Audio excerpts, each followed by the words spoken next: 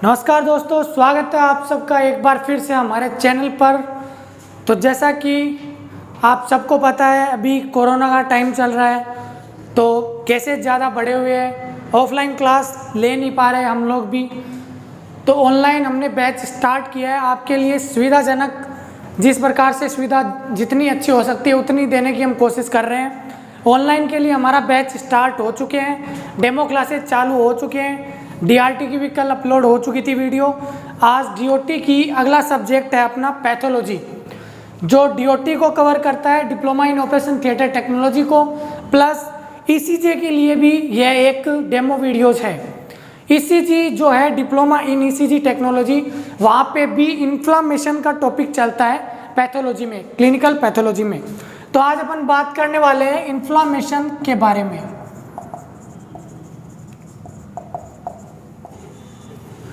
चलिए तो देखते हैं पहले कि इन्फ्लामेशन होता क्या है। सरल भाषा में, आम भाषा में बोलूं तो एक एग्जांपल से समझ लेते हैं कि मान लीजिए कोई भी बॉडी के चोट हो जाती है, या फिर फीवर को आप लोग क्या बोलते हैं। फीवर में क्या होता है, अपनी बॉडी टेम्परेचर राइज करती है। क्यों होता है, वो कैसे होता है? देखिए क्या होता है कि कोई भी फॉरेन पार्टिकल, कोई एंटीजन जब बॉडी के अंदर चल जाता है तो उस टाइम पे क्या करती है, बॉडी खुद का एक प्रोटेक्टिव रिस्पॉन्स देती है, प्रोटेक्ट करने की कोशिश करती है उस बैक्टीरिया को, उस वायरस को, उस पैरासाइट को वो मारने की कोशिश करती है। उसके लिए वो क्या करती है, अपना टेम्परेचर इंक्रीज करती है, जिसको अपन फीवर बोलते हैं। इन्फ्लामेशन कुछ ऐसा ही है, ये भी एक प्रोटेक्टिव रिस्पॉन्स होता है बॉडी का। जब भी मान लो कोई इंजरी हो जाती है, कोई ट्रॉमा हो गया, मान लो छोटा मोटा कट लग जाता है अपने, जहाँ पे अपन उसके कुछ भी नहीं लगाते फिर भी वो अपने आप ठीक हो जाता है। कैसे हो जाता है? उसका मेन रीजन इन्फ्लामेशन के कारण ही वो ठीक होता है। इन्फ्लामेशन में प्रोसेस में बॉडी क्या करती है, डब्ल्यूबीसी को जहाँ पे कट लगा है वहाँ पे भेजती है और वहाँ के बैक्टीरिया नष्ट करती है। डब्ल्यूबीसी क्या करती है, बैक्टीरिया को एनगल्फ करती है, एक्सटीट्यूट कर देती है और नॉर्मल हीलिंग अपनी स्टार्ट हो जाती है। तो नॉर्मल डेफिनेशन में सीधे साफ शब्दों में अगर समझे तो inflammation is a protective response of the body. क्या है? इन्फ्लामेशन एक प्रोटेक्टिव रिस्पॉन्स है बॉडी का कोई भी इंजरी होने के बाद। तो नॉर्मल सी डेफिनेशन है कि inflammation is a protective response of body after any injury. ठीक है, ये तो अपन ने बात कर ली डेफिनेशन की, नॉर्मल डेफिनेशन है, कोई ज़्यादा बड़ी चीज़ नहीं है। फिर बात कर लेते हैं इसके कोजेज, इसके कारण क्या क्या हो सकते हैं, क्या क्या कोजेज हो सकते हैं। तो कोजेज में सबसे पहला अपना आता है, कोई भी अगर बॉडी में इन्फेक्शन हो जाता है तो उसमें इन्फ्लामेशन जो प्रोसेस है वो क्या करती है, एक्टिव होती है। तो इन्फेक्टिव एजेंट इसके मुख्य कारण हैं, जिसमें इनमें शामिल है बैक्टीरिया, वायरस और पैरासाइट्स। ओके, अगला इसमें आता है अपना इम्यूनोलॉजिकल एजेंट।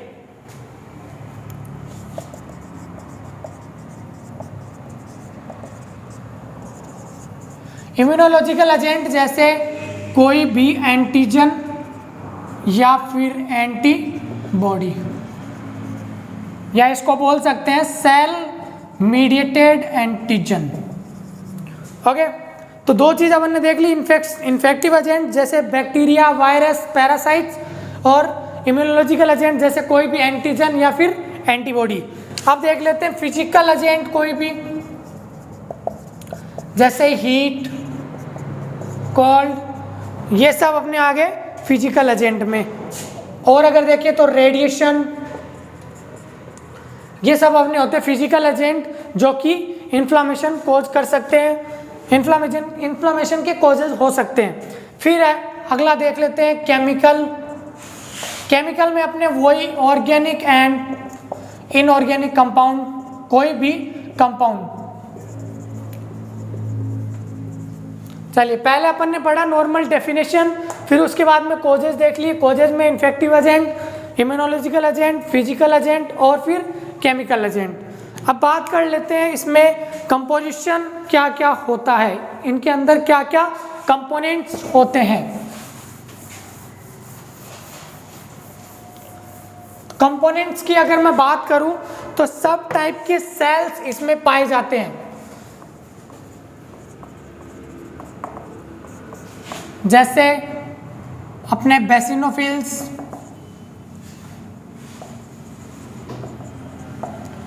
एसिनोफिल्स, न्यूट्रोफिल्स और प्रोटीन, फिब्रिन, लाइक दैट, और plus blood vessels and plasma, जिसमें शामिल है प्लेटलेट। ये सब होते हैं इसके कंपोनेंट्स। कंपोनेंट्स में ज़्यादा कोई बड़ी चीज़ नहीं है, ऑल टाइप के सेल्स, जितने भी टाइप के सेल्स हैं इसमें WBC भी आती है, RBC, न्यूट्रोफिल्स, एसिनोफिल्स, बेसिनोफिल्स और जितनी भी अपनी ब्लड वेसल्स है वो सब इसमें पाई जाती है, और प्लाज्मा। ठीक है, चलिए अब बात कर लेते हैं इसके साइन एंड सिम्टम की, कि क्या क्या साइन अपने को शो होते हैं जिस टाइम पे इन्फ्लामेशन होने वाला होता है।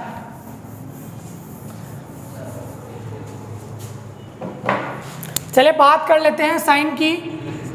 साइन क्या क्या हो सकते हैं। कोई भी अपने चोट लगती है तो उस पर क्या होता है, अगर अपन हाथ लगा के देखें तो उसमें ऐसा लगता है कि थोड़ी बहुत गर्म सी लग रही है, तो पहला इसका साइन होता है हीट। दूसरा आता है इसका, अगर अपन अपने कोई चोट लग रही है और अपन उसको देखते हैं, अगर बाहर से देखते हैं तो अपने को उसमें रेडनेस सी लगती है, कि ऐसा लगता है कि रेड हो गया पूरा एरिया। जैसे किसी का हाथ टूट जाता है तो हाथ में क्या करता है, ये वाला मान लो जॉइंट टूट गया तो यहाँ पे क्या होता है, एक तो यहाँ का टेम्परेचर हाई हो जाता है, दूसरा यहाँ पे क्या आ जाती है, मेरे रेडनेस आने लग जाती है, तीसरा यहाँ पे मेरे को क्या होने लग जाएगा, पेन होने लग जाएगा, चौथा अभी तो मैं इस हाथ को ऐसे हिला पा रहा हूँ पर क्या उस टाइम पे फ्रैक्चर के बाद मैं हिला पाऊंगा, बिल्कुल नहीं। तो लास्ट हो गया मेरा लॉस ऑफ फंक्शन। ठीक है, बात कर ली हीट की, अगला आया अपना रेडनेस, अगला क्या आया अपना, हीट आ गई, रेडनेस आ गई, स्वेलिंग, और एक आ गया पेन, और एक हो गया लॉस ऑफ फंक्शन। ओके, ये बात होगी अपने साइन की, कि जब इन्फ्लामेशन हो रहा होता है तो इसके क्या क्या साइन रहते हैं, या इन्फ्लामेशन के क्या क्या साइन होते हैं। ठीक है, चलिए अब बात कर लेते हैं इसकी पैथोफिजियोलॉजी की। मैंने लास्ट क्लास में ही बताया था, फिजियोलॉजी का मतलब होता है कोई बंदा काम कैसे करता है, एनाटॉमी का मतलब है कोई बंदा दिखता कैसा है, कितनी हाइट है, कितना वेट है, कितना क्या है उसका, कितनी देखे तो लेंथ कितनी है, वो सब काउंट होती है अपनी एनाटॉमी में। फिजियोलॉजी में अपना काउंट होता है कि वो किस तरह से काम करता है, क्या काम करता है, क्या क्या उसके फंक्शंस है। ठीक है, बात कर लेते हैं पैथोफिजियोलॉजी की। पैथोफिजियोलॉजी तो इन्फ्लामेशन कैसे काम करता है इसकी बात करते हैं। देखिए, कोई भी इंजरी हुई, कोई भी एक्सीडेंट हुआ, ठीक है, कोई भी इंजरी हुई या कोई भी एक्सीडेंट हुआ तो उसके जस्ट बाद क्या होता है, उसके जस्ट बाद क्या होता है, जैसे अपनी ब्लड वेसल्स है वो डायलेट हो जाती है। देखिए, कभी आपने पाइप देखा होगा जिसमें से पानी आता है, घर में अपने लगे हुए थे, अगर अपन उसके आगे हाथ लगा दे तो उसमें प्रेशर बढ़ जाता है, उसका कॉन्ट्रैक्ट होने लग जाता है, वो उसका कॉन्ट्रैक्शन बढ़ जाता है। पर जब अपन उसको छोड़ देते हैं तो वो अपने को ऐसा लगता है एकदम डायलेट पोर्शन में एकदम आराम से पानी वहाँ से निकल सकता है। तो जब भी कोई इंजरी होती है तो उस टाइम पे क्या हो जाती है, ब्लड वेसल्स जो होती है अपनी डायलेट हो जाती है। क्या हो जाती है, ब्लड वेसल्स क्या हो जाती है, डायलेट हो जाती है। अगर ब्लड वेसल्स डायलेट होगी तो ब्लड फ्लो क्या होएगा, इंक्रीज हो जाएगा। तो ब्लड फ्लो क्या हो गया, इंक्रीज। ओके, देन उसके बाद क्या होता है कि WBC जो है, जहाँ पे चोट लगी है उस टिश्यू में एंटर करती है, और जो अपने फॉरेन पार्टिकल्स है, जो बैक्टीरिया है, वो उन सबको क्या करती है, वो एनगल्फ कर लेती है, एक्सट्रूड कर लेती है, उनको खा जाती है, उनको ख़त्म कर देती है। तो इसके आगे क्या होगा, WBC enter to the tissue and engulf the bacteria. Okay, just इसके बाद क्या हुआ कि जो डेड टिश्यूज थे उनका क्या होने लग जाएगा, कंपोजिशन होने लग जाएगा। जो WBC के द्वारा नष्ट किए गए थे, WBC के द्वारा जो बैक्टीरिया खा लिए गए थे, उनकी क्या हो जाएगा, कंजम्पशन हो जाएगा। तो कंजम्पशन ऑफ डेड टिश्यूज, और लास्ट में क्या होएगा, पस फॉर्मेशन, पस बढ़ना स्टार्ट हो जाएगी। देन नॉर्मल हीलिंग जो अपनी स्टार्ट, ठीक है, नॉर्मल हीलिंग क्या होगी, स्टार्ट होगी। ये अपनी पूरी पैथोफिजियोलॉजी रहती है। एक बार फिर समझ लेते हैं। पहले सबसे पहले इंजरी हुई, उसके बाद ब्लड वेसल्स जो है अपनी डायलेट हो जाती है। डायलेट होने से ब्लड फ्लो क्या हो जाएगा, इंक्रीज हो जाएगा। देन WBC जो है उस टिश्यू में एंटर करती है और वहाँ के बैक्टीरिया को एक्सट्रूड कर लेती है या फिर एंगल्फ कर लेती है, और फिर होता है उनका कंजम्पशन डेड टिश्यूज का। उसके बाद में पस फॉर्मेशन होती है और उसके जस्ट बाद नॉर्मल हीलिंग स्टार्ट हो जाती है। ये अपनी पूरी की पूरी इन्फ्लामेशन की पैथोफिजियोलॉजी है। अगर आप इसका स्क्रीनशॉट लेना चाहते हैं तो बिल्कुल ले सकते हैं, बाकी आपको नोट्स भी इसके प्रोवाइड करा दिए जाएंगे इंग्लिश में टोटल। फिर भी आप स्क्रीनशॉट लेना चाहो तो टाइम है, ले सकते हो।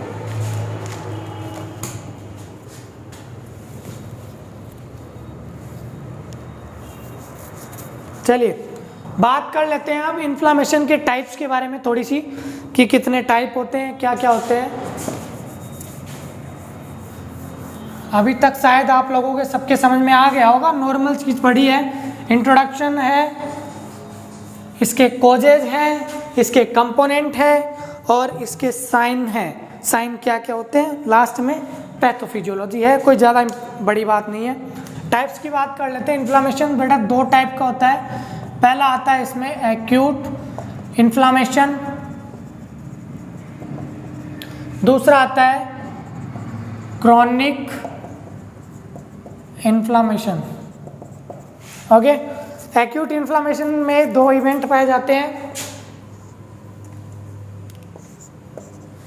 दो इवेंट होते हैं, वस्क्यूलर इवेंट और सेल्यूलर इवेंट। इसके अंदर भी दो फेज होती है अपनी, मैक्रोफेजिक फेज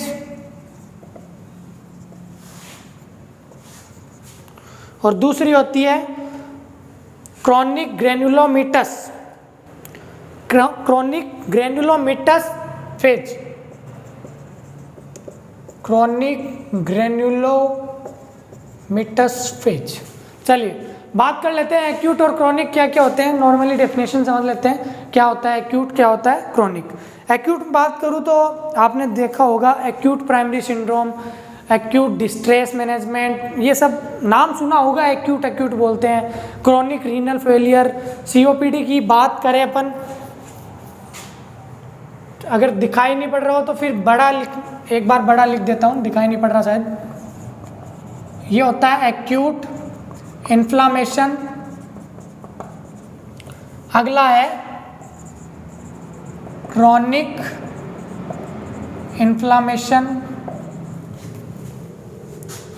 इवेंट्स की बाद में बात कर लेंगे, फिर इवेंट्स आपको वैसे भी बता दिए, अभी आगे बात कर लेंगे।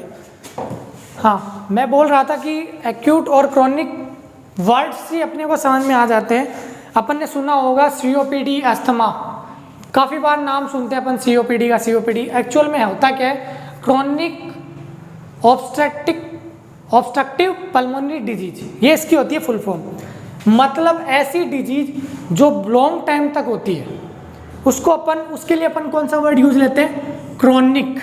और शॉर्ट पीरियड के लिए जो चीज़ होती है उसको, उसके लिए अपन क्या यूज में लेते हैं, एक्यूट। ओके, जैसे एक्यूट फीवर है तो एक दो दिन फीवर है, कोई दिक्कत नहीं है। क्रॉनिक फीवर है भाई, 10 दिन से लगातार फीवर आ रहा है, दैट्स क्रॉनिक फीवर। चलिए, एक्यूट इन्फ्लामेशन की अपन ने बात कर ली कि नॉर्मल शॉर्ट पीरियड के लिए क्या होएगा, इन्फ्लामेशन आकर होएगा।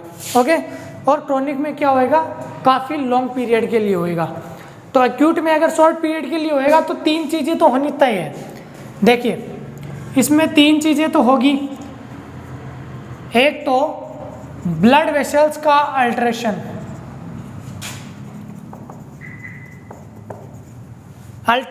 ब्लड वेसल्स बार बार में अगर शॉर्ट पीरियड के लिए है तो 2-3 ब्लड वेसल्स मिलके एक जगह को ठीक कर देगी, वहाँ से WBC भेज के कोई दिक्कत नहीं है। ठीक है, ब्लड वेसल अल्ट्रेशन तो कोई दिक्कत नहीं है। ब्लड वेसल के अल्ट्रेशन के कारण इनमें क्या आता है, ब्लड की जो वेसल्स होती है उसमें क्या होता है, स्ट्रक्चरल चेंज होता है।